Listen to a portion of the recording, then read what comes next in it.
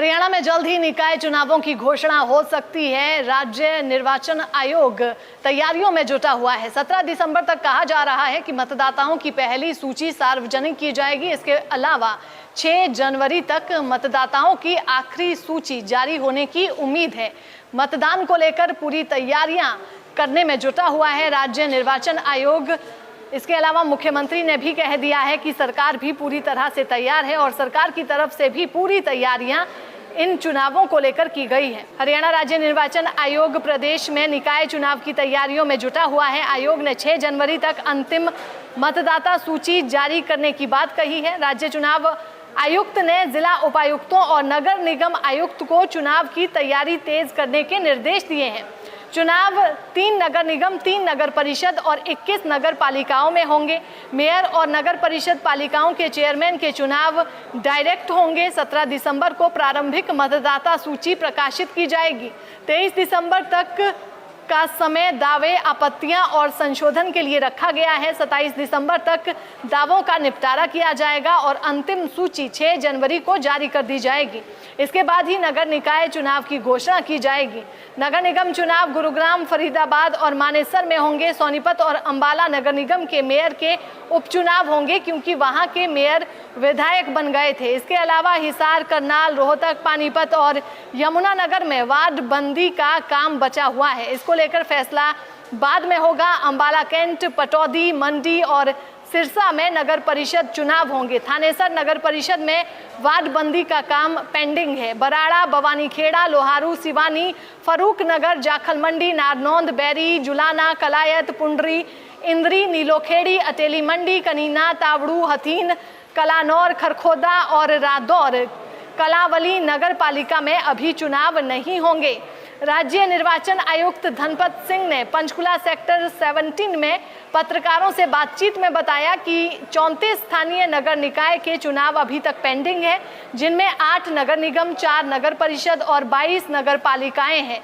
अभी राज्य सरकार ने वार्ड बंदी करने के लिए जो कंसल्टेशन आती है वो 3 नगर निगम, 3 नगर परिषद और 21 नगर पालिकाओं के लिए हासिल हुई है। गुरुग्राम और फरीदाबाद नगर निगम के चुनाव मार्च 2022 से ड्यू है। मानेसर नगर निगम का चुनाव पहली बार हो रहा है क्योंकि ये 2020 में ही इसे ये दर्जा मिला था। नगर निगम चुनावों को लेकर, नगर निकाय चुनावों को लेकर ये बड़ी खबर है। जल्द ही हरियाणा में नगर निकाय के चुनाव होने हैं। चुनावों की तारीखों को लेकर जो घोषणा होनी है उसमें जुटा हुआ है राज्य निर्वाचन आयोग।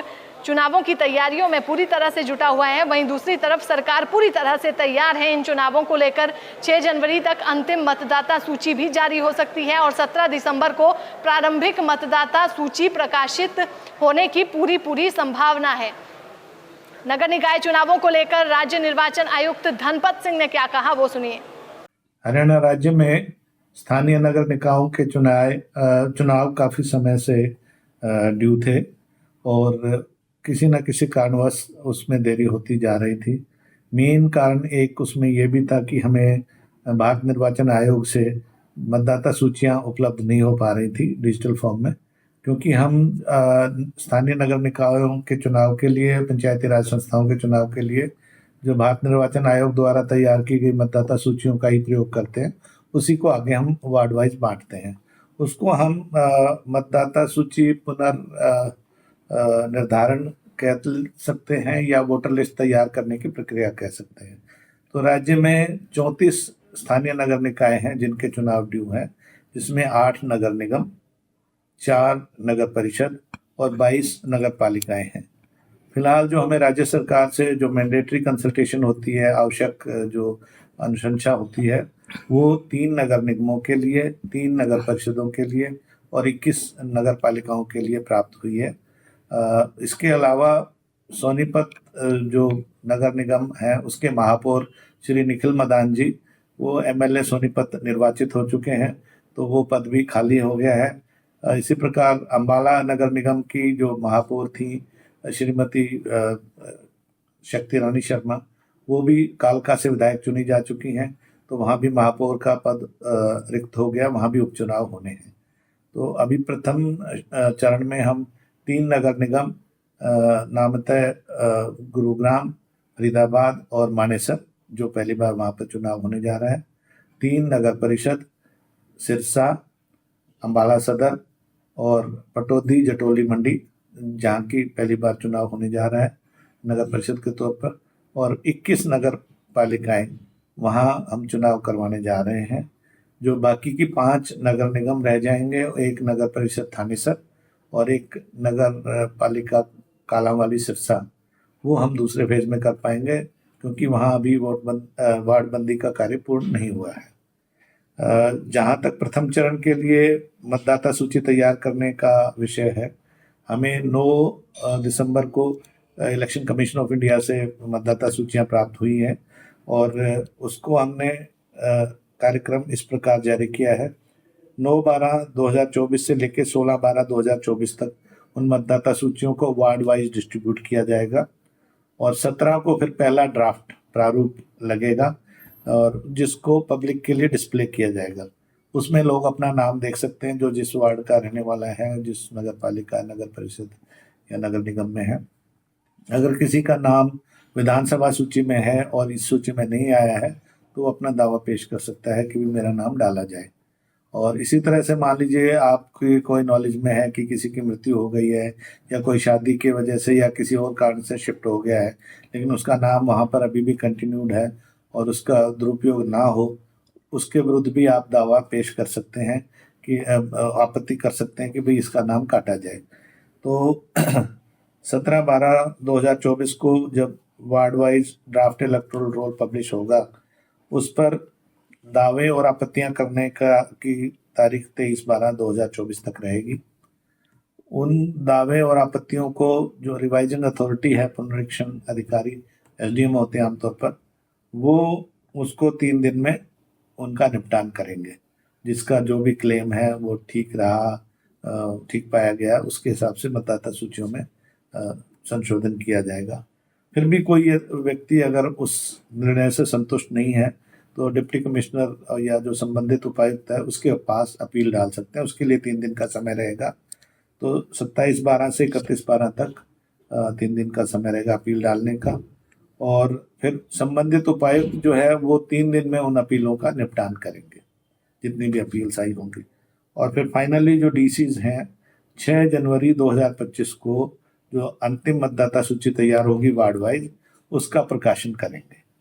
ये सूचना हमारे पास आने के बाद राज्य निर्वाचन आयोग में फिर हम जो एक्चुअल इलेक्शन प्रोग्राम है कि कब तक नॉमिनेशंस आएंगे, कब विड्रॉ होंगे, कब स्क्रूटनी होगी, वो इसके बाद जारी किया जाएगा।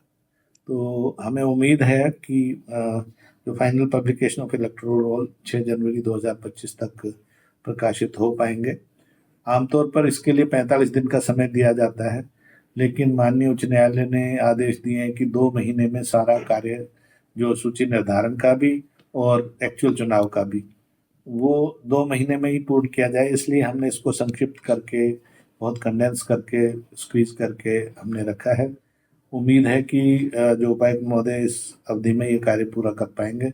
अगर कहीं पर कोई दिक्कत रही तो 2-4 दिन ये आगे भी सरकाया जा सकता है, लेकिन हमारी कोशिश रहेगी कि इसी हिसाब से हम चलें और इस प्रकार हम फरवरी के पहले सप्ताह में चुनाव करवा पाएंगे। जो मशीनें हैं वो ईवीएम के यूज किया जाएगा? हाँ, क्योंकि कई बार सवाल भी उठते रहे हैं ईवीएम पर। हाँ, हम इस चुनाव में M2 टाइप ईवीएम जो पहले भी प्रयोग करते रहे हैं वो करेंगे।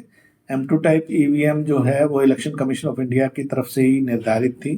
पहले विधानसभा और लोकसभा चुनाव में भी ये ही प्रयोग होती थी, लेकिन बाद में वीवीपैट की व्यवस्था होने के बाद उन्होंने ये M2 टाइप ईवीएम्स प्रयोग करनी बंद कर दी हैं और ये राज्य निर्वाचन आयोगों को दे दी है कि स्थानीय निकाय चुनाव में इनका प्रयोग कर लें। और अब जो इलेक्शन कमीशन ऑफ इंडिया जो पार्लियामेंट इलेक्शन और बाकी इलेक्शंस में M3 टाइप ईवीएम प्रयोग करते हैं, उसको प्रयोग करने की राज्य निर्वाचन आयोग को अब अनुमति नहीं है। इन ईवीएम्स में कोई कंट्रोडिक्शन या कोई किसी तरह का वो नहीं है, क्योंकि ये एक किस्म से एक फास्ट कैलकुलेटर टाइप चीज़ है जो एंट्रीज को स्टोर करता है, फास्ट कैलकुलेशन कर सकता है। इसमें कोई ऐसा प्रोग्राम नहीं है कोई कि जिसमें बाहर से छेड़छाड़ की, रिमोट से या कहीं से छेड़छाड़ की जा सके। एक बार मशीन अगर सील हो गई, उसके बाद अगर कोई से छेड़छाड़ करता है तो वो मशीन पूरी ही खराब हो जाएगी, उसमें कोई तब्दीली नहीं कर सकते। तो ये हम इसके बारे में हम व्यवस्था सुनिश्चित करते हैं। इनकी प्रयोग में लाने से पहले FLC बोलते हैं, फर्स्ट लेवल चेकिंग।